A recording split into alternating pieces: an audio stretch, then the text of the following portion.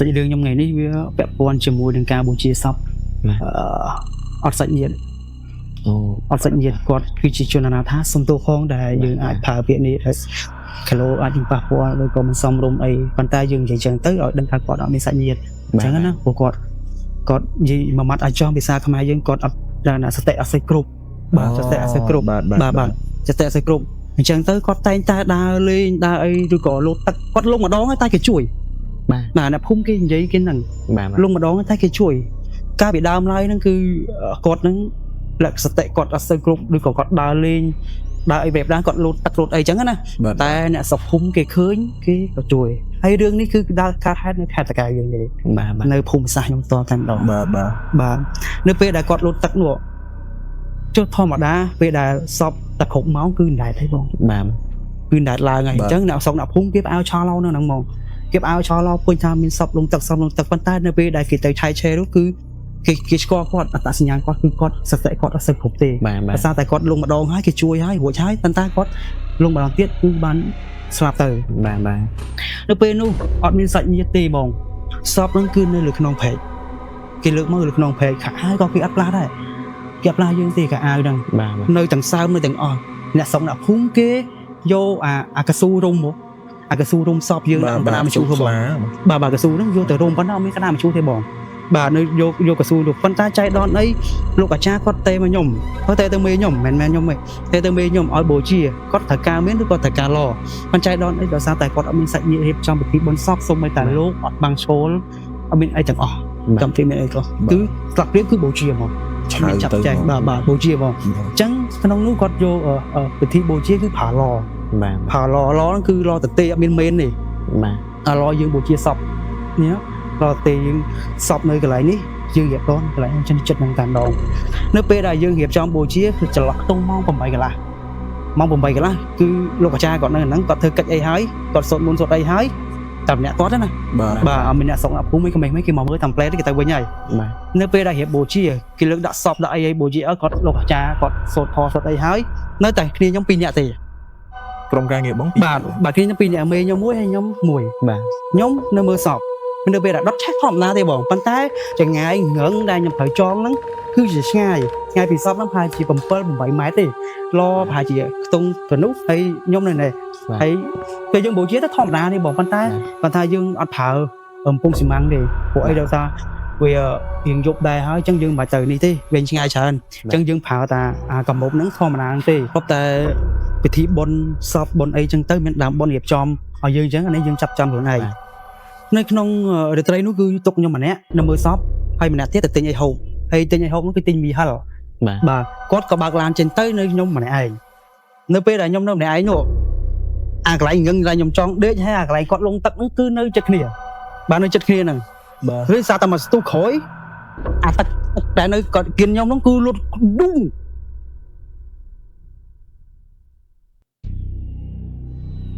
đúng nhom có ngờ rồi chồng tầm slap ấy chân lấy nhỉ và chân lấy thấy rồi bà nhớ tập tam bà nhớ bột muối bột khoang mình tên luôn có đúng người nhóm tụi tên pearl màu tên pearl á pearl nhóm tầm tên này mày đá chọi đầu mà thô mà đá tắc đá về lốt ấy vì miếng tắc lỗ ấy bỏng mà bây giờ dương cho tới vì miếng tắc lỗ đôi cỏ chén ấy hổ nhé qua ra đi sạp thuyền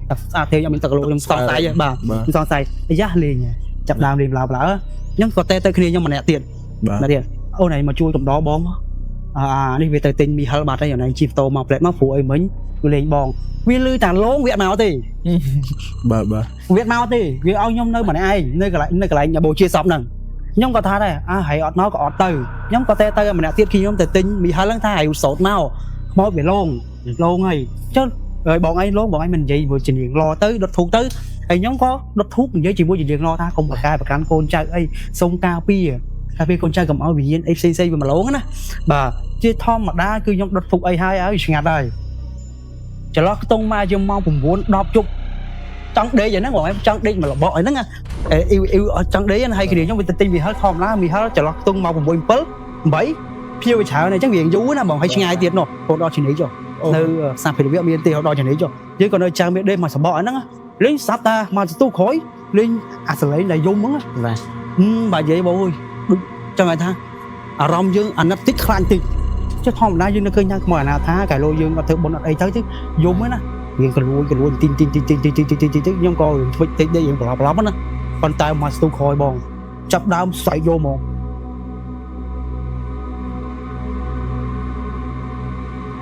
xoay vô ôi xoay vô bó nhông chập đám phùi vọt nhá nhông tê tê cái nhông thải hút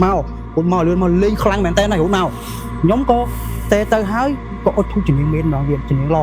lo mình chơi mà sẵn này là chỉ những lo nữa đốt thuốc mà đón tiếp mình nó chỉ đầy nhua mong đầy nhua lò tạt hạt sông bây giờ thuốc có lại cái thấy đây lấy chư đây ở chư đây lấy chư hỏi khi đi nhóm nó bị bạc lan nào cái bạc lan thom mặt đá bên đây bị bạc lan nó cứ plei vì mình mà được cái xu dưới thế plei sải bồng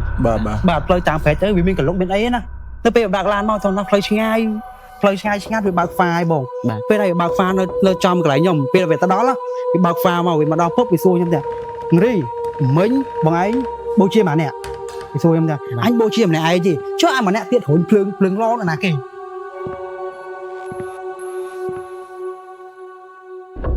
ai mà nè tiết hồn phường lo là kì bị rồi bồng anh tha ai công dây trắng là mới những lô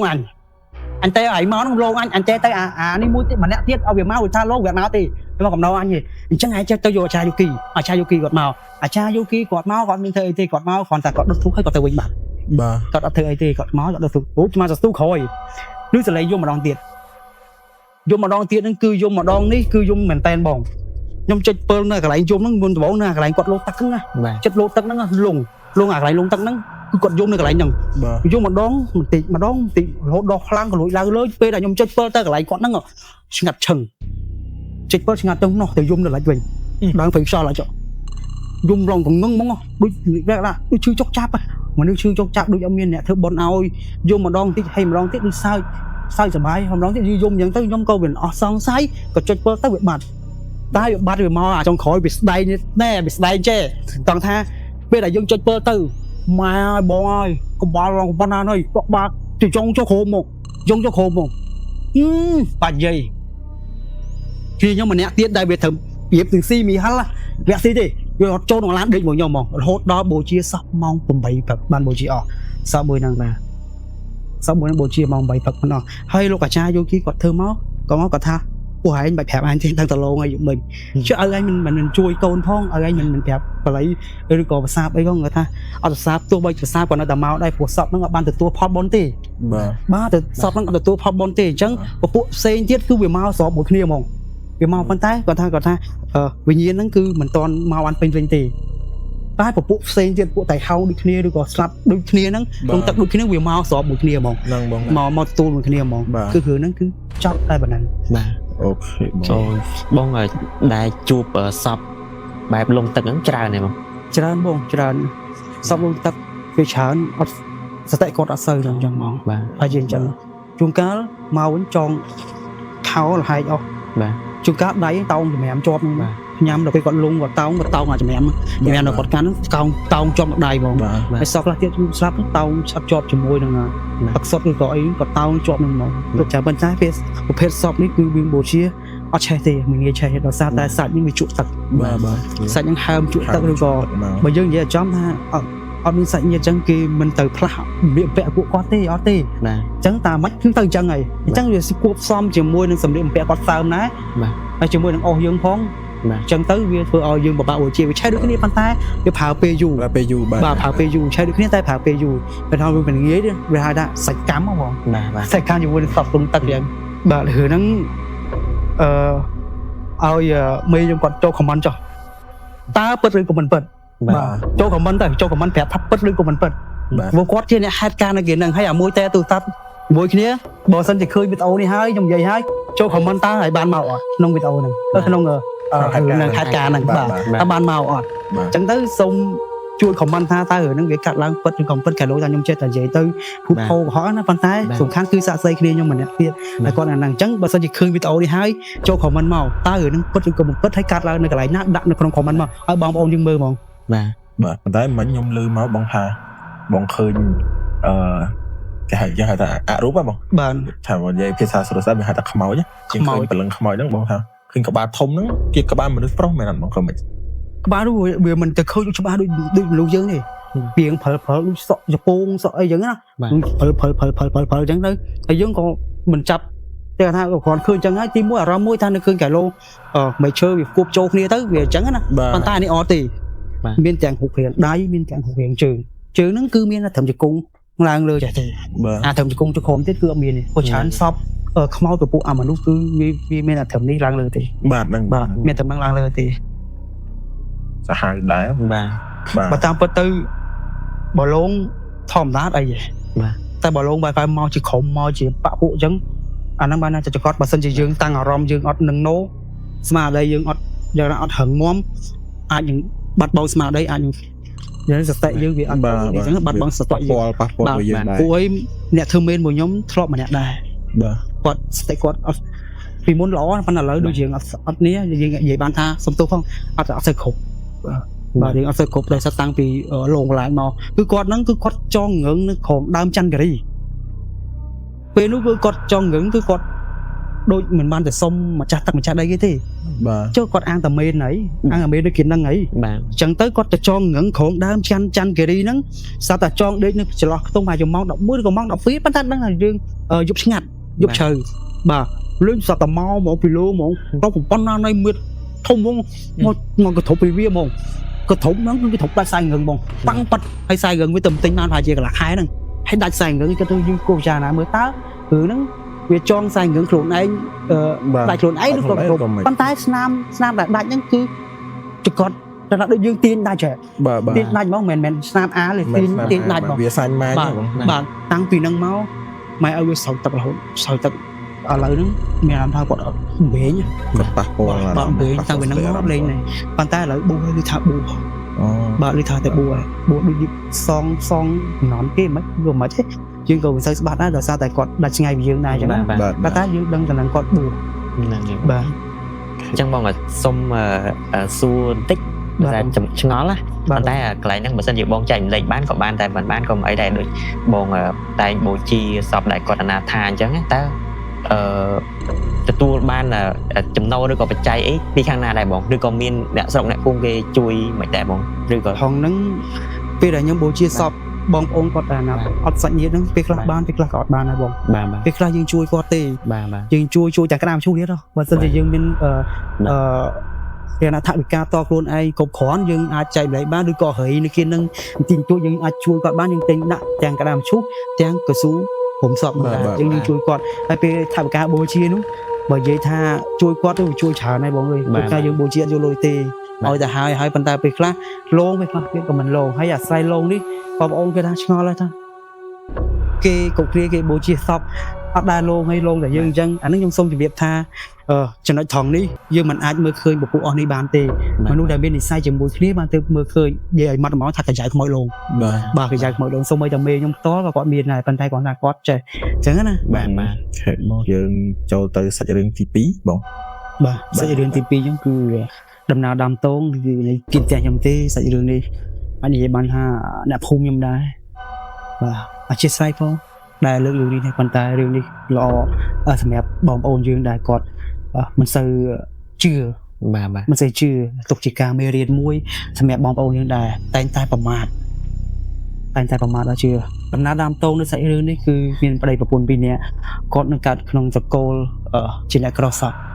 បាទជាអ្នកក្រសត់ទេចេះនឹងចិត្តខ្ញុំទេជារឿយៗគាត់តែងតែធ្វើការឲ្យគេថាគាត់ការងារគាត់អត់រើសទេបាទអីក៏គាត់ធ្វើដែរឲ្យតែបានលុយចំគ្រួសារគាត់អញ្ចឹងណាថ្ងៃមួយនោះគឺគាត់ទទួលគេជីកដីកាប់គល់កគីគល់ទាលយើងហ៎បាទគល់ធំមែនតើហើយដើមវាហ្នឹងគឺគេកាប់មិនដឹងថាយកធ្វើទុកឬក៏យកធ្វើអីផ្សេងយើងអត់ដឹងប៉ុន្តែគេកាប់គល់ហ្នឹងប៉ុន្តែអ្វីដែលសំខាន់នោះគល់គឺដូចមានឆ្នាំឈាមជាប់នឹងគល់ហ្នឹងប៉ុន្តែយើងគិតថាប្រហែលជាជ័យយើងគិតថាអញ្ចឹងប៉ុន្តែគាត់ក៏មិនគិតទៅវែងឆ្ងាយដែរដើម្បីលុយដើម្បីថវិកាគ្រប់គ្រងគ្រួសារគាត់ក៏សម្រេចចិត្តគោះគល់ហ្នឹងចៃដនអីនៅពេលដែលគាត់ក៏កាប់ចំហឺមួយគឺវាខ្ទៀតអាមិនដឹងថាឈាមឬក៏ជ័រវាខ្ទៀតចេញមកបាញ់មកក្រហមមកបាញ់មកក្រហមមកតាមហឺហ្នឹងបាញ់មកក៏ឆ្ងល់ក៏សួរថាឯងតែជំនាន់ហ្នឹងគេហៅឯងគេហៅអូនទេជំនាន់ហ្នឹងគេហៅឯងគល់កគីនេះដូច ខុសធម្មតាខ្ញុំក៏ស្ដាប់គាត់និយាយទៅទិសពេលហ្នឹងគឺយើងនៅកន្លែងហ្នឹងដែរប៉ុន្តែគាត់ថានៅក្មេងៗ6 7ឆ្នាំទេនៅកន្លែងហ្នឹងទេឯងដូចជាកុលគីវាខុសធម្មតាអញ្ចឹងណាកាប់រដងគឺជាប់វាឆ្អិតប៉ុន្តែនេះជាប់វារាវហូរមកតហ្នឹងគាត់ក៏សង្ស័យប៉ុន្តែប្តីគាត់ថាអត់អីទេជាប់គីដែរមានអីអត់ទៅជាបញ្ហាអីគាត់កាប់ទៀតនៅពេលដែលគាត់កាប់គាត់ចាប់កាប់ចំអាកន្លែងហើយកៅមួយទៀតអាហើឆ្ងាញ់ប្រព័ន្ធខ្លួនហើយប៉ាំងប៉ោះបាក់ជាប់គាត់គាត់ក៏យកចប់ជីកកោះវិញនៅពេលដែលគាត់កោះកាប់ទៀតដាច់ជើងកាប់ឬមួយទៀតដាច់ជើងបាញ់អាចរក្រហមហ្នឹងមកទៀតមិនដឹងថាឈាមឬក៏ចរក៏បាញ់ទៅទៀតនៅពេលដែលគាត់កោះទាំងអស់ហ្នឹងចិត្តហើយណាបងបាទប្រពន្ធគាត់ស្លាប់នៅកន្លែងហ្នឹងមកស្លាប់ទៅបាត់មាត់ស្មារតីបងបាទស្លាប់ហើយកូនគាត់ស្លន់ស្លោនៅគេហ្នឹងហើយខ្ញុំនៅគេហ្នឹងអត់ទៅហៅម្ដាយគាត់គាត់ទៅហៅថាអូអីគាត់ស្លាប់នៅគេហ្នឹងគាត់ថាអត់អីកាត់អីបានស្លាប់ចឹងខ្ញុំថាខ្ញុំមិនដឹងដែរបើជាចោលគោឬក៏កាត់អីផ្សេងចឹងណាយើងក៏មិនទៅចាប់អារម្មណ៍នឹងបញ្ហាហ្នឹងដែរបាទពេលនោះពេលដែលគាត់ស្លាប់ហ្នឹងគឺมันមានជាអីណាតែធ្ងន់ធ្ងរប៉ុន្តែយើងចង្កេតឃើញថាពេលដែលគាត់ស្លាប់គឺអត់មានស្លេកស្លាំងអីទេសាច់ឈាមគឺស្រស់គាត់ធម្មតាប៉ុន្តែកំងភ្នែកគាត់នេះខ្មៅហ្មងកំងភ្នែកគាត់ខ្មៅឡើងខ្មៅគ្រាប់ភ្នែកហ្មងណាកំងនេះពេលស្លាប់ភ្នែកហ្មងបាទដល់ពេលគាត់អត់តន់ស្លាប់គឺអីសភាពគឺធម្មតាអីទេប៉ុន្តែដល់ពេលដែលគាត់ស្លាប់គឺកំងភ្នែកនេះគឺចាប់ដើមឡើងបានខ្មៅហើយស្លាប់3យប់3ថ្ងៃតម្រាំនឹងដឹងខ្លួន3យប់3ថ្ងៃម៉ែគាត់អស់ចិត្តគាត់ទៅគ្រូមើលគ្រូនោះគាត់ឆ្លើយថាគាត់នឹងកាប់ចំកូនគេដាច់ក្បាលហើយកូនគេនឹងគឺមេតំបន់ហ្នឹងកន្លែងហ្នឹងហ្មងសិតតែមេធំហ្មងចាប់កូនគេដាច់ក្បាលពេលនោះប្តីគាត់តក់ស្លុតមែនទែនប្តីគាត់ចាប់ដើមអារម្មណ៍មួយនឹងណូថាអើយមកទៅកាប់ចឹងមិនថាដោយសារតែពពួកអស់ហ្នឹងគឺយើងមើលឃើញទេបាទយើងមើលឃើញតែថាគាត់នៅកន្លែងណាឬក៏នៅកន្លែងនេះគឺយើងមើលឃើញទេចៃដន្យនេះគាត់កាប់នៅកន្លែងហ្នឹងរហូតដល់កាប់ត្រូវកូនគេដាច់ក្បាលបាទពុកម្ដាយគេខឹងបងជាធម្មតាពុកម្ដាយដូចទាំងយើងទាំងគេខឹងហើយតែបាសពីកូនយកគឺខំបដៅឲ្យមែនទែនស្រាប់តែម្លងបានមួយថ្ងៃគឺប្តីគាត់ចាប់អារម្មណ៍គាត់ដឹងបងថាអូអញ្ចឹងតើបានប្រពន្ធគាត់ស្លាប់ដោយសារតែគាត់កាប់អាគុលគូគីហ្នឹងវាចាញ់អាជាប់អញរាវបាទហ្នឹងគាត់ថាអូហ្នឹងហើយដល់ហ្នឹងហើយអញ្ចឹងគាត់ក៏ចាប់អារម្មណ៍គាត់ក៏បញ្ចូលរូបម្ដងទៀតសួរម្ដងទៀតថាចង់បានអីបាទចង់បានអីពេលនោះគ្រូគាត់នេះគាត់ថាពេលដែលគាត់ចូលហ្នឹងគាត់ថាអត់ចង់បានអីគាត់ចង់បានជីវិតអ្នកប្រពន្ធគាត់ហ្នឹងគាត់ចង់បានជីវិតប្រពន្ធគាត់ហ្នឹងហើយពេលនោះប្តីគាត់ស្លាប់មែនតើស្លាប់និយាយលេងចេញហើយគាត់ថាបើសិនជាអាចដូរបានឲ្យប្រពន្ធគាត់រស់វិញគាត់ស្លាប់វិញគាត់សុខចិត្តស្លាប់ជំនួសប្រពន្ធគាត់ប៉ុន្តែអត់ទេវិញ្ញាណហ្នឹងគឺគេអត់ទួលព្រមឯអ្នកណាធ្វើអ្នកនឹងទទួលគេថាអ្នកណាធ្វើអ្នកនឹងទទួលអញ្ចឹងប្រពន្ធគាត់ហ្នឹងអ្នកកាប់ដាច់ក្បាលអញ្ចឹងត្រូវប្រពន្ធគាត់អ្នកទទួលកិច្ចការទាំងអស់ហ្នឹងអញ្ចឹងស្លឹកគុកនិយាយទៅយើងអាចនិយាយថាអ្នកតាសាកន្លែងអ្នកតាបាទដល់ពេលហើយគាត់ទៀមទាព្រលឹងដល់ហើយគាត់ហ្នឹងក៏សែនទៅវាយឥឡូវនិយាយគ្នាសិនអត់តន់ដល់យកអាយុជីវិតទេសុំនិយាយគ្នាចង់បានអីសិនណាបាទហើយគាត់ហ្នឹងក៏រៀបចំហែងសែនអញ្ចឹងទៅចង់បានជ័យ7ឆ្នាំបាទជ័យ7ឆ្នាំអញ្ចឹងយើងក៏រៀបចំជ័យរៀបចំមកជ្រូករៀបចំមន់អីសែនអីទៅអត់ព្រមទេចង់បានអីទៀតចង់បាននេះនោះយើងធ្វើគ្រប់ពិធីអស់ហើយណាបងបាទធ្វើគ្រប់ពិធីអស់ហើយចៃដន្យអីនៅពិធីមួយទៀតដូចជាលោកគ្រូនៅគៀនផ្ទះខ្ញុំប៉ុន្តែគាត់លើស្លាប់ហើយស្លាប់យូរដែរហើយគាត់ចេះបាទដូចគាត់និយាយមួយលោកតាហ្នឹងគាត់ចេះឥឡូវចេះបើសិនជាទុកគាត់ឲ្យស្លាប់រហូតអញ្ចឹងនិយាយគ្នាអត់កើតទេអញ្ចឹងឲ្យគាត់រស់ឡើងវិញឲ្យគាត់ដឹងខ្លួនឡើងវិញបាទកន្លះម៉ោងក្រោយគាត់ក៏ដឹងខ្លួនពេលដឹងខ្លួនសេកទឹកបងសេកទឹកខ្លាំងណាស់បាទសេកទឹកផឹកទឹកឡើងចង់2លីត្រផឹកហ្មងផឹកយកហ្មងបាទគាត់សេកទឹកពេលនោះគាត់ក៏ហូបទឹកហូបអីចឹងទៅនិយាយដឹងខុសត្រូវគាត់ក៏ប្រាប់ថាចេះឯងយើងកាប់ចំកូនគេហើយបាទគេព្រមទេគេចង់យកជីវិតខ្ញុំយកទៅដើម្បីសងជាមួយនឹងឈាមកូនគេនោះចាប់ដាច់ក្បាលបាត់ហើយបងកាប់ដាច់ក្បាលបាត់ហើយហ្នឹងបាទអញ្ចឹងគាត់និយាយទាំងភ័យទាំងស្លន់ស្លោចឹងទៅហើយគ្រូគេខ្ញុំក៏គាត់និយាយគាត់ថាឥឡូវទុកពេលសិនកុំអាលនិយាយគ្នារឿងយកជីវិតទុកពេលសិនហើយចង់បានអីប្រាប់មកចង់បានអីហើយគាត់នោះក៏មិនចង់បានអីចង់បានតែជីវិតគាត់ទេចង់បានជីវិតគាត់ទេឥឡូវគ្រូនឹងគាត់និយាយទៀតគាត់ថា ហើយចង់បានអីប្រាប់ទៅក៏អត់ព្រមលើគាត់សុំវិញហើយសុំទុកពេលដល់មួយខែឬក៏កន្លះខែពីអាទិត្យសិនចាំថ្ងៃសិលក្រោយចាំយើងនិយាយចរចាគ្នាទៀតបើអត់ព្រមគាត់ព្យាយាមជាពេលដល់ពេលរហូតដល់វាពេលចៃដន្យអីគាត់ទៅនោមគៀនដើមស្វាយនៅទល់មុខផ្ទះខ្ញុំហ្នឹងទៅនោមគៀនដើមស្វាយហ្នឹងគឺព្រាយចូលខ្លួនគាត់ម្ដងទៀតបាទ បងស្រីហ្នឹងមែនអត់ បាទបងស្រីហ្នឹងគាត់ព្រាយចូលខ្លួននឹងម្ដងទៀតនៅពេលដែលព្រាយចូលខ្លួននោះបងឯងត្រូវនេះត្រូវយើងគិតលក្ខណៈថាមិនដឹងថាព្រាយចូលឬក៏គេមកចូលបាទប៉ុន្តែគ្រូគាត់ថាព្រាយចូលនៅពេលដែលព្រាយចូលដើមស្វាយមួយដើមធំប៉ុន្តែគាត់ថាមិនប៉ុណ្ណឹងគាត់ទុំអត់បាក់បាទមិនប៉ុណ្ណឹងគាត់ដៃគាត់ឡើងទុំនឹងអត់បាក់ណាគាត់ឡើងទុំហើយគាត់ចងក្បាលឆ្វត់ហេតែមកឡើងអាឡាគឺតែមកឡើងអាឡាមកវាមកហើយអ្នកសងភូមិគេមើលគ្រប់គ្នាបងគេមើលគ្រប់គ្នាបងហើយខ្ញុំនេះនៅសើខ្លាចបងខ្លាចតែមែនតើគេមើលគ្រប់គ្នាដល់ពេលហើយគ្រូនឹងគាត់យកដូចជាស្អីគេគេហៅគ្រឿងស្អុយបងគ្រឿងចង្អាបបាទគ្រឿងស្អាបគ្រឿងស្អុយយកមកសាបបងពេលដល់ពេលគាត់មកសាបអីទៅនិយាយចរចាគ្នាត្រូវទៅបានគាត់ព្រាយចេញបានមួយទឹកក្រោយគាត់ចាប់ដើមលាក់ខ្លួនធ្ងន់ណាបងទោះយើងអត់ត្រូវសំឡងសងជាមួយនឹងតាផងអញ្ចឹងទៅគាត់ក៏លាក់ខ្លួនឈឺធ្ងន់ចាប់ដើមទៅគាត់មែនតើគាត់ថាអត់ព្រមអីគាត់ព្រមយើងត្រូវយកជីវិតគាត់ទៅតែម្ដងសងជាមួយកូនប្រុសគាត់បាទនៅពេលនោះពេលគាត់ឈឺតែមួយទឹកទេបងទៅសតែច្បាយឆ្អឹងណាមនុស្សដែលធ្លាប់មានសាច់សតែច្បាយឆ្អឹងទេតស្បែកឆ្អឹងទេបន្ទាប់មកទៀតយើងថាយើងក្មេងៗយើងមិនសូវទីដឹកដល់អីជាមួយនឹងរឿងហ្នឹងបងបានម្លប់ហើយជាម៉ោង12ជាងពេញដេកលឺសលេងកងពុះមុំគាត់ស្លាប់បាត់ផុតគាត់បាទស្លាប់បាត់ឲ្យយសបកូនគាត់គាត់ថាមិនបាច់ទៅធ្វើបុណ្យឧទ្ទិសអីគេទេមិនទេគាត់នៅជាមួយនឹងតាហ្នឹងហើយបាទគាត់នៅមួយតាគាត់យកចាំហើយសងហើយគាត់មើលថែដូចកូនគាត់អញ្ចឹងចាំមិនន័យថាអ្នកតាហ្នឹងគាត់ចង់បានជីវិតបងស្រីហ្នឹងដូរមួយកូនគាត់បាទចង់បានអីក៏គាត់អត់ព្រមដែរបាទដូចជាយើងរកវិធីសាស្ត្រនិយាយបែបណាអង្វរគាត់អីលំទួគាត់មិនដល់ក៏គាត់អត់ព្រមដែរគាត់ចង់បានជីវិតកូនបងស្រីម្នាក់ហ្នឹងដោយសារតែគាត់នឹងអ្នកធ្វើអ្នកកាប់ចំកូនគាត់បែកក្បាលអញ្ចឹងគាត់ត្រូវតែយកជីវិតកូនគាត់ដល់ពេលដល់ហើយឲ្យយសកូនគាត់ថាមិនបាច់ទៅធ្វើបុណ្យឧទ្ទិសអីទេគាត់នឹងទៅនៅមួយលោកតាគាត់ចាំដូចកូនថែសាហើយតែលោកតាហ្នឹងគាត់មើលបវេនៅក្នុងវត្តហ្នឹងបាទមេធំនៅក្នុងវត្តហ្នឹងបងតាធំនៅក្នុងវត្តបាទខំខ្លាំងបងបាទខំខ្លាំងគាត់ថាហ្មងយកមកគ្រូសាយកទាំងអស់ប៉ុន្តែដោយសារតែគាត់នៅឃើញថាអ្នកណាធ្វើអ្នកនឹងទទួលអត់ត្រូវយកអ្នកដែលអត់ដឹងខ្លួនអីទេអត់ដឹងអីសោះហ្មងវិញយើងទៅវាអត់សមអញ្ចឹងណាអញ្ចឹងគាត់យកគាត់គិតថាយកអ្នកធ្វើអ្នកណាធ្វើអ្នកហ្នឹងទទួលអញ្ចឹងយកតែគាត់បងស្រីម្នាក់ដែលកាប់ដាច់ក្បាលគឺយកគាត់ទៅគាត់ឥឡូវហ្នឹងគាត់ស្លាប់បានប្រហែលជា20ឆ្នាំជាងអូយូរដែរ20ឆ្នាំបាទ20ឆ្នាំជាងឥឡូវសពគាត់នៅបញ្ចុះនៅទួលបងនេះនៅខាងផ្ទះខ្ញុំទួលចិត្តតែនៅខ្មោចអូកន្លែងបញ្ចុះសពបាទកន្លែងនៅខ្មោចហ្នឹងគឺកន្លែងហ្នឹងគឺនិយាយមកវត្តអចំហ្នឹងកន្លែងបូជាសពដែរបូជាសពបែបបុរាណហ្នឹងដែរបុរាណជីកដៅរដើមចេកហ្នឹងគឺបូជាហ្នឹងហើយខាងបងភូមិហ្នឹងគេហៅតួចាស់អញ្ចឹងណាបាទជួ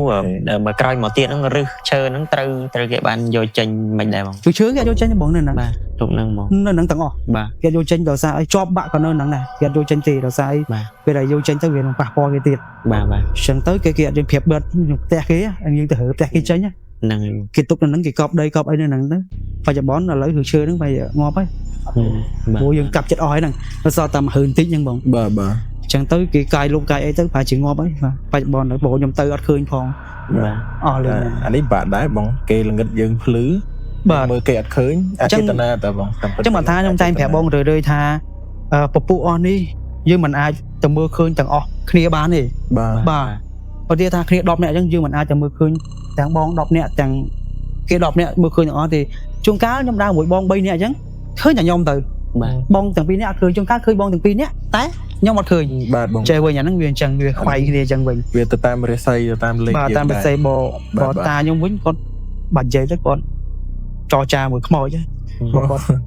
បាទចរចាមួយខ្មោចប៉ុន្តែគាត់ថាឥឡូវគាត់ខូចបាត់ហើយគាត់ខូចយូរដែរ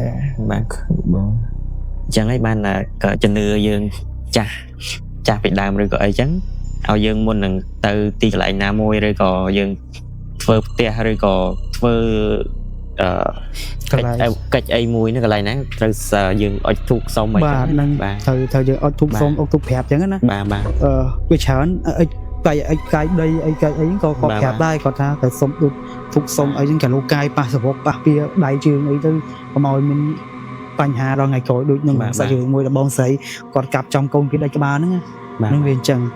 ឥឡូវហ្នឹងក៏នៅតែមានដែរបងបាទឥឡូវសូម្បីតែភូមិសាស្ត្រខ្ញុំគេហៅថាសវាយសុកខ្មោចវាយសុកខ្មោចហ្នឹងគឺជាអ្នកដែលគ្រប់គ្រងតំបន់ហ្នឹងដូចមេតំបន់ដូចប៉ូលីសអញ្ចឹងបាទគេមើលចាំមើលយើងយាមសន្តិសុខយាមអញ្ចឹងគេហៅថាមេតំបន់ដូចមេភូមិមេឃុំយើងបាទអាហ្នឹងគេហៅថាសវាយសុកខ្មោចសវាយសុកខ្មោចនេះឯងបើតាមបែបបទយើងនិយាយមកលក្ខណៈថាដូចដៃស្ដាំយមរាជយមបាលអញ្ចឹងបាទត្រូវឲ្យជាថាបងស្លាប់អញ្ចឹងយើងត្រូវបញ្ជូនឈ្មោះទៅអញ្ចឹងណាអាហ្នឹងតាមជាក់ស្ដែងនៅពេលដែលគាត់ចូលរូបអ៊ំស្រីម្នាក់ហើយគេបើកសំណួរសួរបាទចង់បានអីសួរឲ្យតនៅពេលវេលាមានពេលតែកន្លះម៉ោងទេយើងសួរអញ្ចឹងដល់ពេលអ៊ំគាត់សួរទៅគាត់ថាសវាយសុកខ្មោចមិនទៅគាត់ដឹងអញ្ចឹងណាថាសវាយសុកខ្មោចគេអ្នកថែសារនៅតំបន់ហ្នឹងហ្មងនិយាយរួមនិយាយមកតែខ្លីមកថាគេអ្នកមើលថាការគាត់ត្រូវបើគ្រប់គ្រងនៅហ្នឹងបាទសវាយសុកខ្មោចហ្នឹងគឺបច្ចុប្បន្នគឺឥឡូវនៅចិត្តខ្ញុំទេនៅភូមិសាស្ត្រខ្ញុំទេទីតាំងហ្នឹងហើយទីតាំងហ្នឹងគឺខ្ញុំទំបូជាសពមួយមុនដែលហៅថាដូចជាថតជាប់ផ្សែងធូបបងប្អូនប្រិមិត្តគាត់ធ្លាប់ឃើញក្នុង TikTok ខ្ញុំហើយក៏ធ្លាប់ធ្វើក្នុង Facebook ដែរយ៉ាងផលហ្នឹងគឺនៅកន្លែងតំបន់គេហ្មងបាទថតជាប់ផ្សែងធូបស្ដាយដែរហ្មងមុនដំបូងគឺខ្ញុំតាមពិតទៅមិនត្រូវថតទេបាទប៉ុន្តែគ្នាខ្ញុំម្នាក់ទៀតឃើញវាថាបងផ្សែងធូបចេញមុខនឹងខ្ញុំគាត់អត់នេះដែរអត់អើយចាអារម្មណ៍ដែរដល់ពេលហើយខ្ញុំក៏ម្លឹងមើលយូរទៅចេញមក3នាក់បងតែចៃដល់នេះកូនគាត់ទៅសែនចំណែនយកហ្មងឆ្ងល់ទៅសែនណាបងដល់ធុកឲ្យដើរចេញវិញស្រាប់តែឃើញហ្មងនេះខ្ញុំអ្នកឃើញហ្មងឃើញម្នាក់ឯងដល់ពេលខ្ញុំ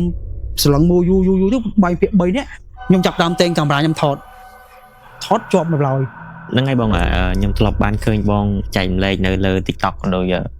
Facebook ចឹងទៅតាក់ទងនឹងកន្លែងដែលយើងបូជាសព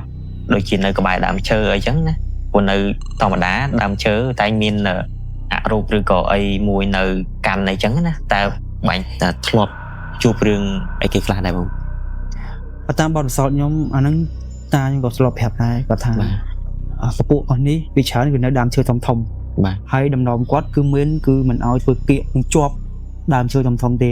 វាច្រើនពួកហ្នឹងវានៅបើមិនជាយើងធ្វើគៀកជាប់ដើមឈើឬក៏យើងកាប់មែកកាប់អីចាញ់អាហ្នឹងវាប៉ះពាល់ដល់មែនយើងវាច្រើនពពួកព្រាយបិសាចពពួកមរៀងកងវិលវាចូលចិត្តលឹងលេងភ្លើងមែនពពួកអស់នេះគឺវាចូលចិត្តភ្លើងមែនណាព្រោះអីភ្លើងមែនធម្មតាដូចពីវាជាក្មេងអញ្ចឹងមិនតែឃើញភ្លើងឃើញអីវាចូលចិត្តលេងហើយអញ្ចឹងវាចូលចិត្តវិចិត្រនៃឈើឬក៏តោងនៃឈើយល់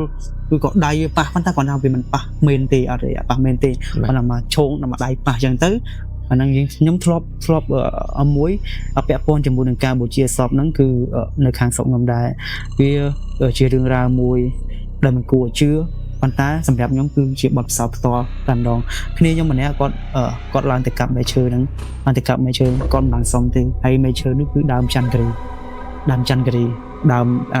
តំបន់ខ្លះហើយដើមច័ន្ទគិរីតំបន់ខ្លះទៀតហៅដើមទល់ទឹកប្រាំងអញ្ចឹងបាទដើមទល់ទឹកប្រាំងហៅដើមច័ន្ទរីអីយ៉ាងនេះមានតាមតំបន់ហៅអញ្ចឹងទេគាត់ទៅកាប់ដើមហ្នឹងគាត់អត់សុំទេហើយនៅកន្លែងដើមហ្នឹងគឺមានខ្ទមអ្នកតាមួយគាត់ឡើងពីរៀងមានឡើងចំមកខ្ទមអ្នកតាទីគាត់ឡើងពីរៀងខ្ទមអ្នកតាហ្នឹងពីខ້ອຍខ្ទមអ្នកតាហ្នឹងឡើងទៅដល់គាត់កាប់ដើមមេឃទៅកាប់អីចប់ហើយរៀបចំមែនធ្វើអញ្ចឹងណាចេះដល់អីពេលដែលយើងធ្វើសែងកពូមានទៅអត់មានខ្យល់ទេធ្លាក់កពូមានបាក់តែម្ដងធ្លាក់មកបាក់ហើយពេលដែលយើងលើកឡើងហ្នឹងខ្យល់អត់មានទេហើយធម្មតាកម្លាំងយើងគឺយើងពេញបុកកម្លាំងសតមានធំហើយលើកពូមានធម្មតាធ្វើតែ4នាក់លើកឡើងរៀលធូថយគាត់ដែលមានទៅចឹងទេចាដល់អីវាទៅកាប់មេឈើហ្នឹងទៅដល់ពេលលើកពូមានឡើងបាក់ធ្លាក់មកហើយយើងអត់បានដាក់កពូទេយើងលើកតរៀបទៅលើទៀតយប់ឡើងនៅពេលបូជាចន្លោះម៉ោង11យប់បូជាហើយតែម៉ោង11យប់ពេលខ្ញុំម្នាក់នៅក្នុងមេននឹងវាដេកមើលពីចន្លោះក្នុងមេនទៅចេះធម្មតាវាមានក្តារអាមេនហ្នឹងយើងដេកមើលទៅវាឃើញតែគេតោកយល់ក្រហមពីក្បិនណាយល់ដៃម្ខាងចេះបងយល់យើងលេងយល់ដៃម្ខាងយល់ហើយវាប្រាប់ខ្ញុំថាបងខ្ញុំឃើញគេយល់កន្លែង ដើមច័ន្ទគិរីដើមបតបរាំងដើមបតបរាំងបតបរាំងថាហើយថ្ងៃនេះមានកាប់មានសុំគេគេថាអត់មានមកសុំហ្មងខ្ញុំឡើងទៅកាប់យកហ្មងដើមបុនគេថាសុំហើយបើថាសុំហើយមិនឃើញធុកដុតនៅគេហ្នឹងអត់ចឹងហើយខុសហើយខុសធ្ងន់ហើយចឹងហូតទៅសុំធុកដុតនៅគេហ្នឹងសុំកម្មាទុកកម្មាអីចឹងណាហើយវាក៏ដុតធុកទៅអត់ព្រមទេមកខ្លះដំទីក្បាលចុះក្រោមយើងឡើងដើមឈើយើងឡើងដើមលើប៉ុន្តែពេលវាចុះវិញវាមិនចុះតាមគូតមកមុនណាវាដំទីចុះក្រោមចេះបាទដំទីចុះក្រោមដំរូបភាពគឺដំទីចុះក្រោមចឹងវាមានទេមួយត្រឡប់ចិត្តឈឹងហើយខ្ញុំក៏ឃើញដែរច្រឡំពេលហ្នឹងគឺឃើញរបៀបរូបភាពដូចវាចឹងប៉ុន្តែគ្រាន់ថាមានតូចមានធំស្បើចុះមកហ្មងក្រោមបាទពពួកមរៀងកងវាលបងហើយពពួកមរៀងកងវាលនេះឯងបើយើងនិយាយឲ្យចំហ្មងគឺក៏មានបពួកគេបងគេមានបពួកគេហ្នឹងគឺមានមេខ្វេនៅចាំមើលយើងបាទទៅទីថាភ្លើងវានៅកន្លែងនោះអញ្ចឹងគ្នាគេមកក្រុមគេមកឲ្យ 4-5 នាក់គេមកអញ្ចឹងណាគេមកលេងបលែងលេងការលេងអីអញ្ចឹងណាលេងដេញលេងអីអញ្ចឹងវាឲ្យយើងឃើញប៉ុន្តែចំណែកមេខ្វេគេមួយមេខ្វេគេនៅចាំអង្គុយចាំមើលយាមការនេះណាហ្មងទីថាដឹងថាយើងឃើញហើយគេប្រាប់ហើយបាទគេប្រាប់ឲ្យចេញពីកន្លែងហ្នឹងមានមនុស្សលោកឃើញហើយអញ្ចឹងចន្លោះពេលហ្នឹងមេខ្វេចាប់ដើរមករ៉ាត់ហ្នឹងទៅអស់លេងហ្មងដល់ប្រាប់អស់អញ្ចឹងគេថាពពួកអស់នេះពួកមរៀងកងវានេះគេហៅថាពពួកថែរក្សាវងសัตว์ដំរីសัตว์ធំៗអញ្ចឹងណាតាមក្រៃតាមអីចឹងទៅអត់ធ្វើអីយើងដល់វងវែងស្មារតីអប់រំបន្លាយើងដល់រូបភាពអកទេគាត់ថាគាត់មកលេងធម្មតាដូចក្មេងយើងធម្មតាអញ្ចឹងណាតែចូលចិត្តលេងពេលច្រើនខ្ញុំបូជាដាច់សញ្ញាដាច់អីហ្នឹងគឺចូលចិត្តលេងព្រឹងមែនឃើញតែញឹកទេមកលេងយើងបាទមកលេងធម្មតាតែអត់មានអីរូបភាពអីដល់អើយបន្លាចយើងឲ្យខ្លាចឲ្យបាក់ស្តាតអត់ទេអញ្ចឹងមានន័យថាបើលេងមកបន្លែងគ្នាលេងគ្នាមកបន្លែងគ្នាលេងញងញ៉ាំងសើចសប្បាយសើចញងញ៉ាំងចាក់កលីគ្នាសើចអាខ្លះវាយគ្នាយំអញ្ចឹងទៅប៉ុន្តែរូបភាពមួយដែលធ្វើឲ្យខ្ញុំខ្លាចគឺវិញកងវាដែលវាលេងគ្នាគាត់អាចគាត់ខឹងគាត់អីចឹងណាគឺបំលែងរូបនោះអត់មានក្បាលហ្មងបំលែងរូបហ្នឹងអត់មានក្បាលលេងឡើងគាត់ហ្នឹងហើយខ្ញុំឃើញធម្មតាសមអស់ហើយបងអើយអត់ខ្លាចទេបាទវាឃើញវាដាស់យើងហៅបងនាងកងវាលេងហើយជួនកាលវាមកអញ្ចឹងជំនាញមានខ្ញុំស្រី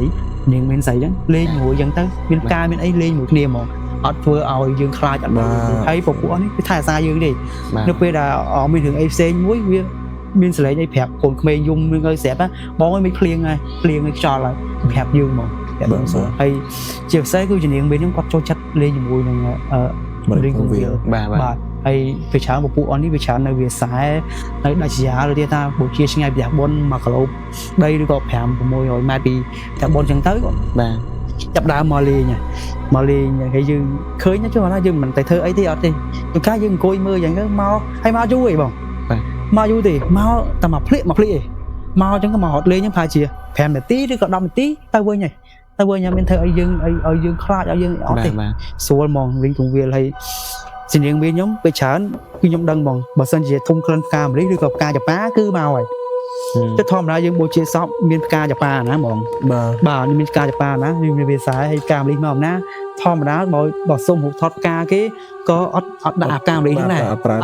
រើទេសុំថតផ្កាយើងសពហ្នឹងគេប្រើហ្នឹងប៉ុន្តែគឺពេលដែលយើងបូជាបូអីយ៉ាងទៅមានមេឃមានខ្យល់មានភ្លៀងយ៉ាងទៅចាប់តាមធំក្លិនហ្នឹងមកឲ្យសញ្ញាថាជំនាញមាននៅនេះហើយជំនាញឡនៅនេះទុំចាស់ធំក្លិនកាមួយហួងនោះពេញមេហ្នឹងមកហើយមានតែធំតែម្នាក់ណាទាំងអស់គ្នាហើយដើរមើលកាលនេះអត់មានទេមកស្ទូក្រោយផាទៅជាការចប៉ាក្លិនការចប៉ាយើងក៏អុបឈ្ងុយហ្មងអុបនៅពេញមេហ្នឹងហ្មងព្រោះគេថាធ្វើឲ្យយើងកក់ដៅបាទអត់ខ្លាចអត់អីចឹងបាទជាស្រ័យបងខ្ញុំឆ្ងល់កន្លែងនេះមួយជំនាញមែនមួយជំនាញឡគាត់ពីរហ្នឹងផ្សេងគ្នាបងផ្សេងគ្នាបាទផ្សេងនេះប៉ុន្តែយើងនិយាយពីកាត់តែមួយទេបាទពេលជំនាញមែនគាត់ថែរក្សាខាងជើងកោះខាងកពូមែនខាងអីចឹងតែរៀបចំឡើងមែនតែខាងជំនាញឡរៀបចំខាងបូជាសពគាត់ផ្នែកខាងបូជាសពវាសពណាតែមិនស្រួលសពណាកាចអីគាត់ពឹងគាត់ហើយគាត់ប៉ុន្តែកំងមានណាសពនិយាយរួមទៅតែគាត់ស្លាប់ទៅហើយបើយើងនិយាយចំហ្មងហៅថាពពួកវិញ្ញាណផ្សេងបាទវិញ្ញាណផ្សេងហ្នឹងគឺគេថាវិញ្ញាណអមនុស្សអសូរកាយពេលដែលយើងដើរប៉ះវាគឺយើងព្រួយស្វល់ហើយពីខ្ញុំជាដើមតែពេលដែលយើង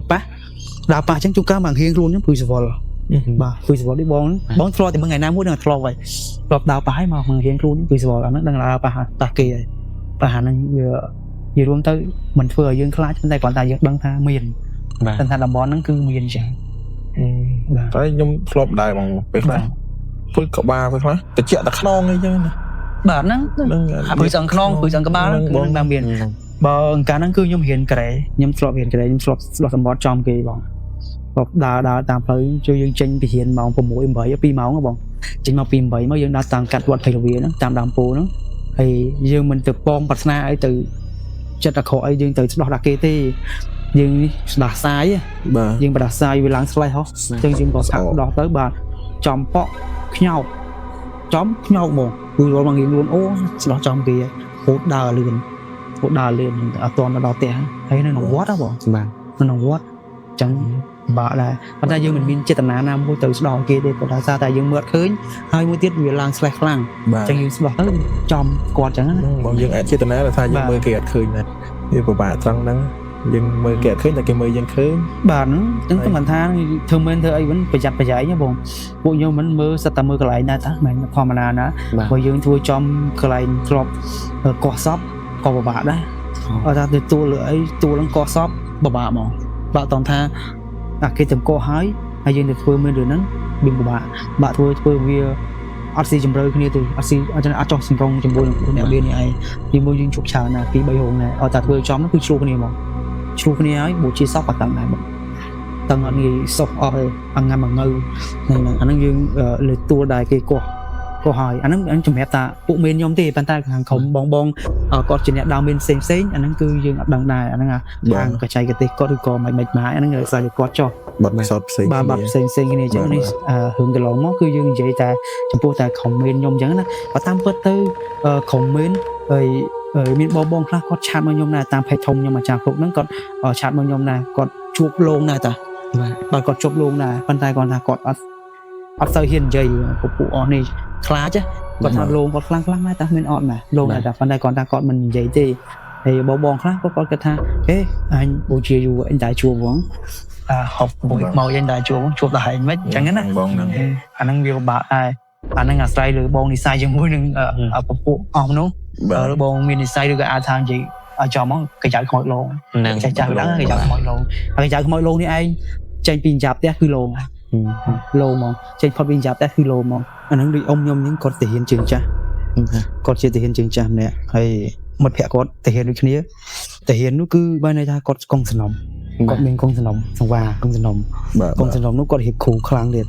កងសំណុំគាត់ខ្លាំងគ្រូគាត់ក៏រៀបខ្លាំងដែរបាទដល់ពេលនោះមេឃភ្លៀងមេឃអីហ្នឹងមានពេកភ្លៀងម្ដងគាត់តែប្រាប់ឲ្យខ្ញុំថាកុំឲ្យនៅចិត្តគាត់ខ្លាញ់ផ្ទះបាញ់ត្រូវគាត់ពួកអត់ត្រូវគាត់មិត្តភក្តិគាត់ដែលមានកងសំណុំទេបាទហើយ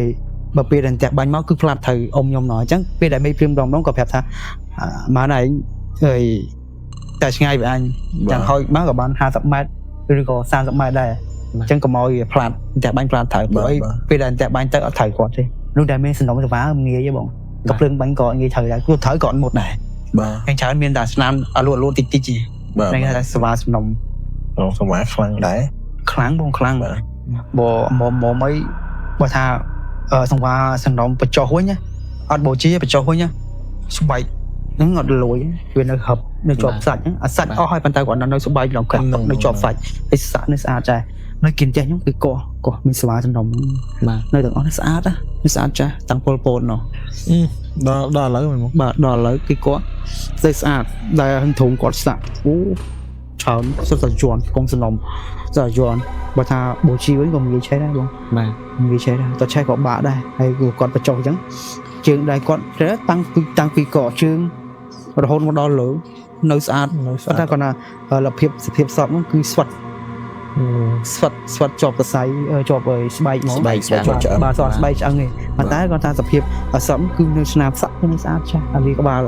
សក់អស់ប៉ុន្តែគាត់ថានៅឆ្ងាស់ហ្នឹងនៅមានសាក់មានអីហ្នឹងពេលកងសំណុំគាត់អត់បូជាគាត់នៅបញ្ចុះខ្ញុំជឿបងជឿលើសំណុំសវ៉ាដោយសារប៉ាម៉ាក់ខ្ញុំគាត់សំណុំសវ៉ាបាទដូចជាម៉ាក់ខ្ញុំកងសំណុំបាទដល់ពេលបងស្រីខ្ញុំសំណុំសវ៉ាពាត់ឈៀងពាត់ឈៀងពាត់កសងខាងជាបងពាត់កហើយទៅសងខាងជាវាខ្វែងពាត់ឈៀងសវ៉ាសំណុំពាត់ឈៀងនេះគឺចេញពីតងសុកគឺវាពាត់ហុំខ្លួនយើងបាទពាត់ហុំខ្លួនហើយមកដល់កមុខយើងទៅជាមុខម៉ាក់ខ្ញុំថាពេលដែលបងខ្ញុំកើតមកហ្នឹងដកហែកចេញពីស្រោមមកពាត់ក វាពាត់កចេះវាចេញពីនេះមកវាពាត់កហើយវាខ្វែងទៅចេះវិញចុះលើសវ៉ាសំណុំទៅណាបាត់ទេ អត់ដឹងហីបងដូចជាម៉ាក់ញ៉ាំបានទុកទេ នៅភូមិខ្ញុំមួយគាត់មានសង្វារសំណុំហ្នឹងបងបាទគាត់មានសង្វារសំណុំហ្នឹងសង្វារសំណុំនេះឯងបើសិនជាម្ដាយគាត់យកអាសង្វារសំណុំហ្នឹងយកទៅហាលក្រៀមហើយយកទៅអាំងឲ្យបញ្ចុកកូនឲ្យបបបញ្ចុកឲ្យគាត់ហូបសង្វារសំណុំគាត់ហ្នឹងប្រសិទ្ធភាពគឺខ្លាំងមែនតើកម្លាំងគឺខ្លាំងបើណែថាគ្រូគាត់កាន់ខ្លាំងមែនតើបើយើងរៀបចំមកទៅយើងដឹងថាកូនសំណុំគាត់ជាធម្មតាចាស់ទៅពេលដែលកូនកើតមកសំណុំគាត់តែងតែរកគ្រូកូនមើលហើយតើសំណុំនឹងល្អឬអាក្រក់អញ្ចឹងបើសិនជាសំណុំនឹងល្អអញ្ចឹងគេទុកសំណុំនឹងដល់ឡែកហើយគេចាប់ដើមរកគ្រូអីអញ្ចឹងទៅយើងទុកសំណុំនឹងហាលថ្ងៃឲ្យស្ងួតប៉ុន្តែនៅភូមិខ្ញុំនោះសំណុំដែលហាលថ្ងៃហ្នឹងនៅក្រៅស្ងួតចាស់ដូចត្រីអាំងដូចត្រីងៀតអញ្ចឹងប៉ុន្តែនៅពេលដែលយកចូលវិញស្ងៀមយកចូលវិញហើយសើមភាពដូចសៃពងទាកូនអញ្ចឹងហ្មងសៃបាទប៉ុន្តែបើយើងយកហាលមួយថ្ងៃយើងស្ងួតក្រៀមស្ងួតទាំងស្រាលហ្មងប៉ុន្តែនៅពេលដែលយើងយកចូលផ្ទះចូលម្លប់វិញគឺវាប្រែហ្មងប្រែទៅស្រស់វិញបាទទៅជាស្រស់មានតែសៃឈាមស្អីអីចឹងណាអាហ្នឹងសំណុំគាត់គឺខ្លាំងហើយខ្លាំងមែនតើហើយបើសិនជាយើងហូបអាសំណុំរបស់ខ្លួនឯងទៀតបាទនិយាយរឹតធីបាទទៅទីភាពគឺខ្លាំងមែនតើហ្មងអញ្ចឹងតើយើងរៀបគ្រូសំណុំខ្សោយរៀបគ្រូខ្សោយយើងទៅរៀបតាមបើសិនជាសំណុំយើងខ្លាំងយើងរៀបខ្លាំងចឹងណាតាមប្រភេទកងសំណុំចឹងទៅកងសំណុំអាហ្នឹងបើយើងនិយាយចប់ថាទាហានពីដើមចាស់ពីដើមគឺគាត់សម្បូរបងអ៊ំខ្ញុំគាត់លំនិយាយគាត់ថាសម្បូរមានទាំងអាយ័នមានទាំងកថាមានទាំងសំណុំសិស្សគ្រូកាន់គ្រូកំណើតគាត់គ្រូបច្ចេកគាត់កាន់ហ្មងទាហានខ្លាំងគាត់និយាយគាត់ថាពេលច្បាំងវិញឲ្យគាត់នឹងដាច់ដោយឡែកពីគ្នាយ៉ាងណាអត់ឲ្យនៅចិត្តគ្នាមិត្តភក្តិគាត់សំណុំបាទមិត្តភក្តិគាត់សំណុំអញ្ចឹងក៏ប្រាប់ហើយកុំនៅយិតអញគង់សំណុំអញ្ចឹងខ្លាចបាញ់មកមិនចូលឲ្យគាត់ផ្លាត់មកយើងវិញតែបាញ់ទៅអញ្ចឹងបងអញ្ចឹងពេលដែលគាត់ច្បាំងគាត់ប្រាប់ហើយគាត់ថាហើយទៅបាំងនេះទៅនេះអញទៅខាងនេះវិញឈោជើងផ្សេងគ្នាអញ្ចឹងទៅអញ្ចឹងវាធ្វើឲ្យយើងផ្លាត់ត្រូវគ្នាទេអញ្ចឹងគាត់ប្រាប់មកអញ្ចឹងណាខ្ញុំពីរនាក់គាត់ទៅហ៊ានពីរនាក់ប៉ុន្តែឥឡូវគាត់ឈប់ធ្វើហើយគាត់ចាស់ហើយបាទគាត់ចាស់អញ្ចឹងចុះបកទៅការបូជាសពវិញដែលបងធ្លាប់ប៉ះកងសំណុំហ្នឹងរយៈពេលដែលយូរបំផុតហ្នឹងគឺប្រហែលម៉ោងដែរបងរយៈពេលដែលយូរបំផុតហ្នឹងរយៈពេល17ម៉ោងបង17ម៉ោងតាំងពីម៉ោង7យប់រហូតដល់ម៉ោង12ថ្ងៃត្រង់ហ្នឹងខ្លាំងបងខ្លាំងកងសំណុំមេឯងគាត់គ្រូដូចជាហូបសង្វារខ្លួនឯងផងហើយគាត់រៀបគ្រូគាត់ខ្លាំងផងហើយមួយទៀតគាត់មានសាក់យន់សាក់អីបញ្ចូលគ្រូចូលអីចឹងណាបាទអញ្ចឹងទៅធ្វើឲ្យយើងបាក់បូជាបងអើយនិយាយថងហ្មងបូជាគាត់ណាអូខ្លាំងកន្លះឡអុកដាក់ទៅឆេះតែអុកសាច់អត់ឆេះទេសក់ក៏អត់ឆេះដែរសក់គាត់អត់ឆេះទេសក់ដល់ទៅវារៀងហួយលោប៉ុន្តែអត់ឆេះទេនៅស្អាតទេនៅស្អាតហ្មងហើយសូម្បីតែស្នាមសាក់គាត់នៅតែឃើញដែរក្នុងស្នំគាត់តែដល់នេះម៉ែគាត់យកសមាសំណុំដែលគាត់រៀបហ្នឹងបញ្ចូលជាមួយគ្នាទៅហើយយើងលាយសំជាមួយនឹងយើងដែរតកូនតេកផងគ្រឿងខែតផងគុំព្រំចារីផងបាយសីផងហើយអាផេះជាក្រានបាយយើងច្រមុកពងមកនោះប្រមូលមកអស់បងអើយមកអស់បាទមកលាយសំចូលនេះអស់តែចុងក្រោយដូចចាញ់តែបលិចផេះបាទដល់ពេលដាក់បលិចផេះទៅសោះបាទរត់ណាស់ទៅកូនគាត់ថាចេះបងឡើយបើថាបូជាអត់ទេបងឯងឈប់ត្រឹមហ្នឹងហ្មងទៅហើយយកគាត់បញ្ចូលទៅបូជាថាអត់ទេបងខ្ញុំអាចធ្វើបានប៉ុន្តែគាត់ថាបងអត់មានចាំងហើខ្ញុំអាចធ្វើបានតែអត់មានចាំងហើបើសិនជាមានចាំងហើអាហ្នឹងយើងប្រើធម្មតាណាប៉ុន្តែបើយើងភេទអត់ចាំងហើហ្នឹងគឺយើងបល័យខ្លាំងហើយហ្នឹងបាទបើសិនជាគ្រូខ្លាំងអាចនឹងឡងមកយើងឈាមច្រមុះបាទចឹងនឹងវគ្គចុងបញ្ចប់ហ៎បាទដាក់ទៅគឺសោះអស់សោះលេងហើយកូនចៅក៏ប្រាប់ដែរថាបងឯងបូជាអត់ចេះទេយកគាត់បញ្ចុះក៏បានដែរអត់អីទេបងអញ្ចឹងខ្ញុំទទួលគាត់ត្រូវខាងហ្នឹងហើយអញ្ចឹងយើងត្រូវធ្វើចប់ដើមអញ្ចឹងណាបាទអ្នកណាទៅបូជាគាត់ពាក់កណ្ដាលហើយហត់ចោលអញ្ចឹងវាអត់សមរម្យទេទោះបីយើងយកលុយគេពេញថ្លៃឬក៏មិនពេញថ្លៃដល់យើងពេញតាប់តកាច់យើងឲ្យបានល្អអញ្ចឹងណាបាទបងខ្ញុំចង់សួរតើតើនឹងដូចជាខ្មោចដែលចងកខ្មោចគ្រោះថ្នាក់ចរាចរណ៍ហ្នឹងតើកាត់ដុតហ្នឹងពិបាកឬក៏មិនដែរខុសប្លែកពីខ្មោចដែលស្លាប់តាមធម្មតាអញ្ចឹងតាមពិតទៅវាខុសប្លែកតងថាស្លាប់ធម្មតាអត់កក់ឈាមទេបងបាទអត់កក់ឈាមទេតែបើយើងស្លាប់បែបគ្រោះថ្នាក់ចរាចរណ៍បែបចងកបែប អត្តឃាតអីផ្សេងអាហ្នឹងគឺវាកកឈាមបាទកកឈាមអញ្ចឹងយើងពេលដែលយើងបូជាព្រាមគឺឈាមវានៅជាប់សរសៃនៅជាប់អីចឹងទៅវានៅស្រស់ដូចសើមដូចទឹកសើមចឹងបងវាឆេះដែរប៉ុន្តែគាត់ថាវាមិនសូវជាឆេះខ្លាំងដូចសពយើងធម្មតាទេសពធម្មតាតែពេលស្លាប់ទៅគាត់ឆ្លងឲ្យអស់សូវមានឈាមទេបងអត់សូវមានឈាមអញ្ចឹងវាឆេះលឿនតាមជាលឿនតែពេលយើងក៏សពដែលចងកឬក៏គ្រោះថ្នាក់ចរាចរណ៍ប្រភេទអត្តឃាតអីហ្នឹងអាហ្នឹងគឺពិបាកបូជាតោះថាពួកគាត់វានៅយើងស្រស់បាទនៅស្រស់យ៉ាងទៅយើងពិបាកបូជាតែអាស្រ័យលើយើងបច្ចេកទេសយើងដែរបាទរៀបអូសតិចរៀបអូសច្រើនអញ្ចឹងទៅរៀបអូសច្រើនទៅអង្គវាលឿនណាស់ប៉ុន្តែគាត់ណាអាហ្នឹងបើដូចខ្ញុំនិយាយខាងដើមនៅសពវានៅស្រស់វាអត់ងាយទេអាហ្នឹងដូចវានៅសើមដូចនៅសើមចឹងអូខេបងអូខេតែខ្ញុំមានចង្អុលមួយទៀតបងខ្ញុំធ្លាប់ឮគេថាសពមៀតធំសពធំអីគេថាស្រួលបូជាជាងមែនទេមែននឹងបូជាខ្លាញ់ច្រើនបងដូចបងទៅ3ម៉ោងក្រោមពីមកតិចហើយដល់ស៊ីផុយម៉ោងដូចបងនោះអីពីទឹកអីហ្នឹងអត់ទេគាត់អត់ខាងច្រើន5ម៉ោងលេងមកយើងយកសកត់មែនតើតែ3ម៉ោងតែមកតាមដើរហ្នឹងបាទចុះតាមរឿងបងពិចារគឺបូជាយុគបាទបូជាបើគេទៅពិចារបូជាយុគវិញអាហ្នឹងយើងតាមតំបន់ខ្លះក៏គេបូជាថ្ងៃដូចជាភ្នំពេញជាដើមគេបូជាថ្ងៃតែបងបូជាថ្ងៃបូជាពីព្រឹកខាងភ្នំពេញចឹងណាបើយុគយើងប៉ះពាល់ផ្សែងថ្ងៃអត់សូវប៉ះពាល់ទេភាសាតែយើងធ្វើចរាចរណ៍ចុះឡើងប្រឡប់ជាមួយផ្សែងឡានផ្សែងម៉ូតូទៅវាមិនសូវជាប៉ះពាល់ណាស់តែតាមសុកខ្សែអត់បូជាថ្ងៃអាកាសទេចឹងទៅចាំយុគវាស្ងាត់ល្អបូជាទៅនឹងវាអញ្ចឹងវាយើងបែងចែកដាច់ទៅសុកខ្សែផ្សេងភ្នំពេញផ្សេងបាទគឺបងខ្ញុំមានចង្អុលមួយទៀតបងនេះខ្ញុំជាស្រ័យផងពេលដែលបងរៀបមេនរៀបអីអាចបែកដែលបតៈបតោគ្នាដោយសារជំនាញអីឬក៏គាត់ដែលឲ្យហេតុអីមានតែបងមានជាទូទៅយើងធ្វើមេនជួនកាលយើងស្នើទៅដើមប៉ុនដើមអីចឹងសុំពឹកការគាត់មុនចឹងណាដើម្បីយើងដុតសែនប៉ាយនៅពឹកការជួនកាលដើមប៉ុនណាគាត់រៀបចំទុកឲ្យយើងចឹងទៅហើយទៅយើងដុតហើយទៅហើយដើមប៉ុនខ្លះទៀតក៏គាត់រវល់កិច្ចការងារផ្សេងនៅក្នុងកម្មវិធីប៉ុនហ្នឹងគឺគាត់អត់តរៀបចំឲ្យយើងដោយសារតែរវល់ចឹងវាយូរទៅដល់ពេលយើងជឿទលាមត្រឡប់ឧទាហរណ៍ថាប្រពៃនេះមានតែយើងដុតម៉ោង11គឺម៉ោង11យើងទៅបាទបើយើងដុតម៉ោង7គឺម៉ោង7ទៅបើយើងដុតថ្ងៃអាសៀលម៉ោង2គឺម៉ោង2ទៅប៉ុន្តែត្រឡប់មានពួកខ្ញុំគឺដុតមុនហើយគឺក៏តឡើងមានហើយនិយាយទូទៅគឺតឡើងមានហើយម៉ោង11 12ចឹងគឺយើងចាប់ដើមដុតអាសែនថ្វាយគឺការហើយបើតអត់ទេថាចេះ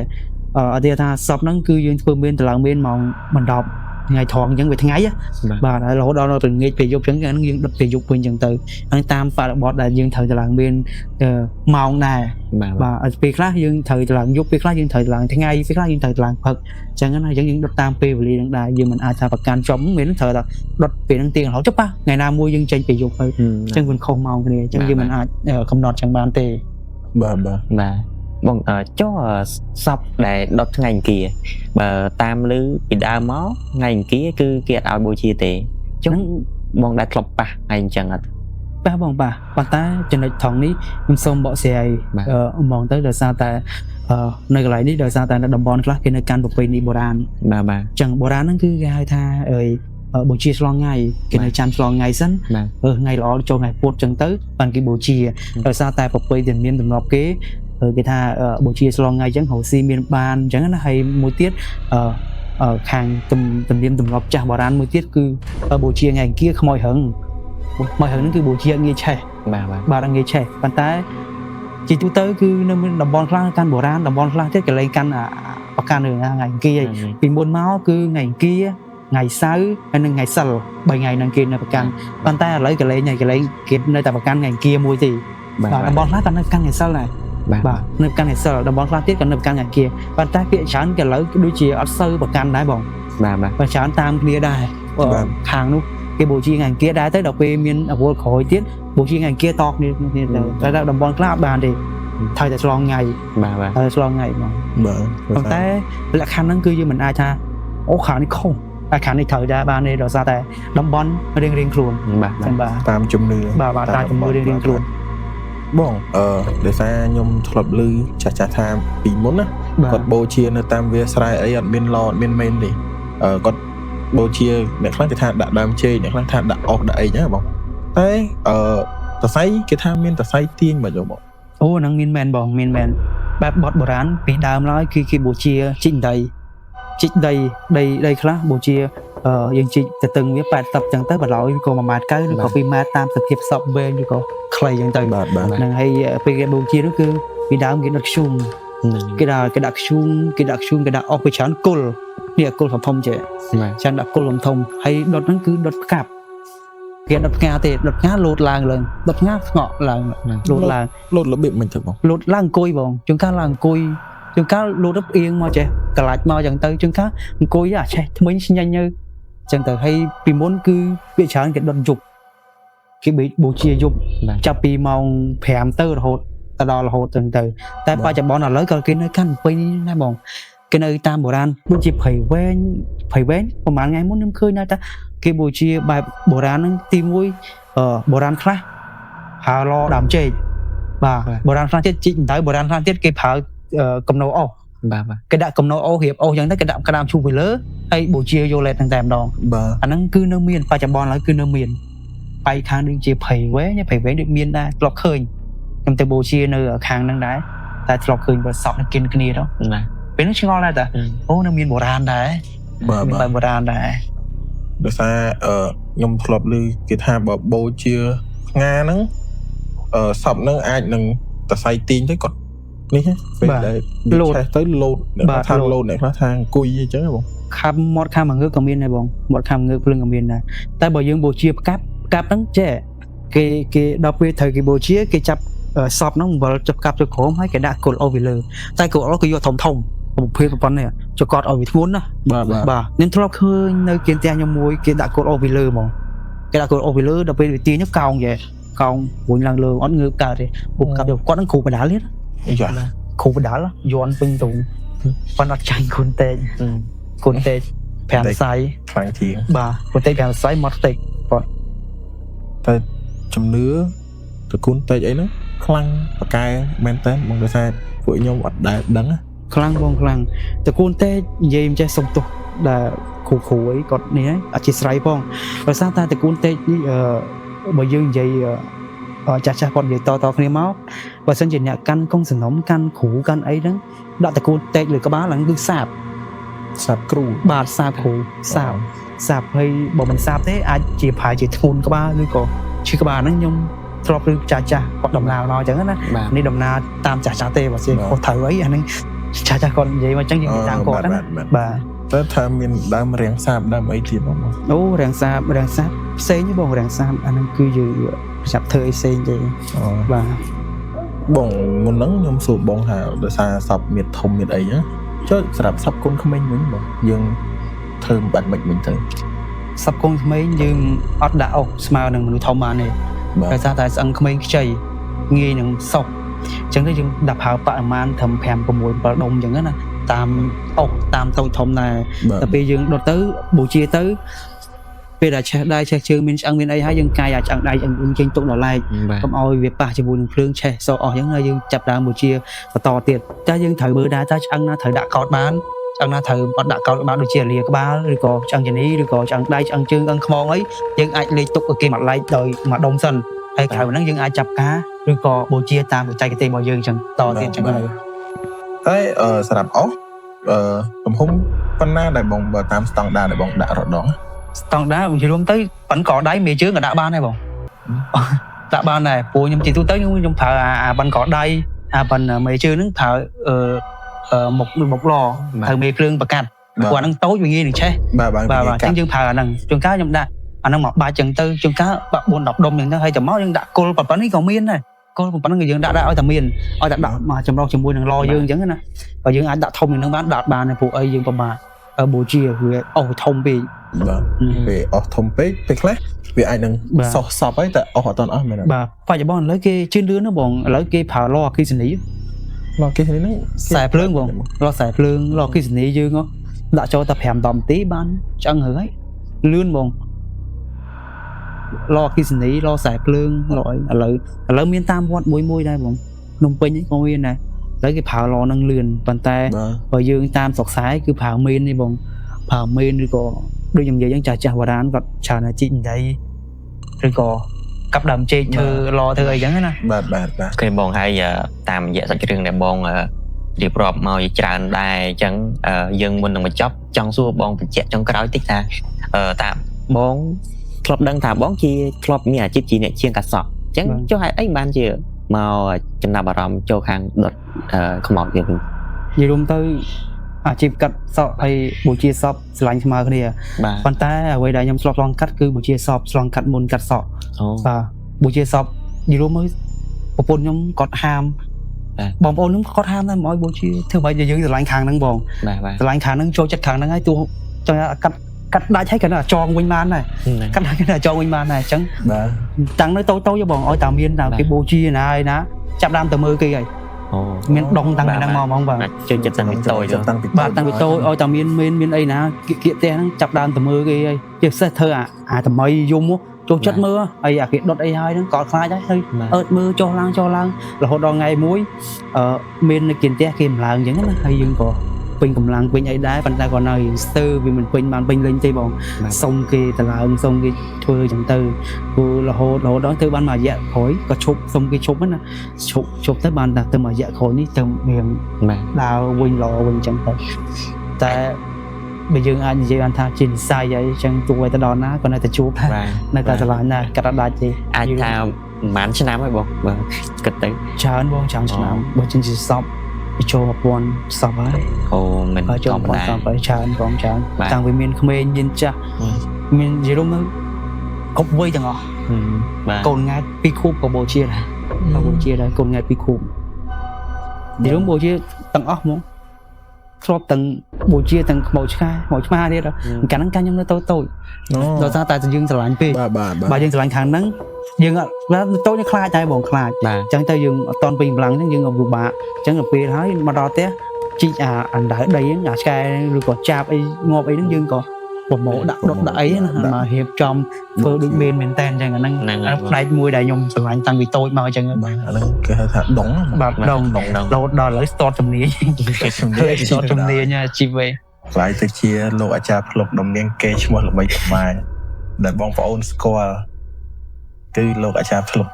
បាទប៉ុន្តែមានថ្ងៃនេះដោយសារតែមិនព្រេចទេកម្មវិធីដំបូងគឺຕົកភ្លឺបេក្រោងងឹតបាទຕົកភ្លឺបេក្រោងងឹតគាត់អញ្ជើញខ្ញុំទៅមានថ្ងៃនេះហើយអរគុណដែរអរគុណបងអតិកា